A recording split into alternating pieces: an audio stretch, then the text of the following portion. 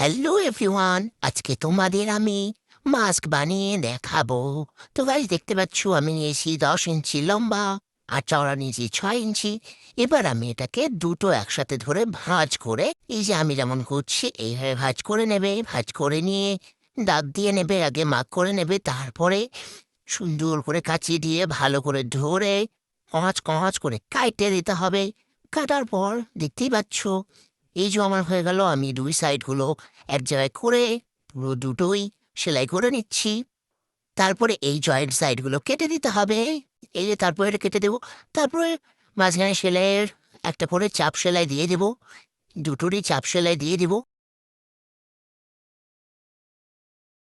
তারপর দুটোকে একসাথে উল্টে ধরে সেলাই করে দিয়ে দিব। দু সাইডেই সেলাই করে নেব। তারপর কাপড়টাকে উল্টে দিতে হবে। তো তারপরে আমি 5 ইঞ্চি 5 ইঞ্চি করে এলাস্টিক নিয়ে নিয়েছি, চিকন একদম 1/2 ইঞ্চির থেকেও কম, দেখতেই পাচ্ছ। তারপরে এটাকে দু সাইডে চাপ সেলাই দিয়ে দিব। একেবারে চাপ সেলাই হয়ে যাবে। তো বন্ধুরা, তোমরা দেখতে পাচ্ছ মাছ কিভাবে বানাতে হয়। ভালো করে দেখে তারপরে তোমরা বাড়িতে চেষ্টা করো। তো বন্ধুরা, আমার মাস্ক বানানো হয়ে গেছে।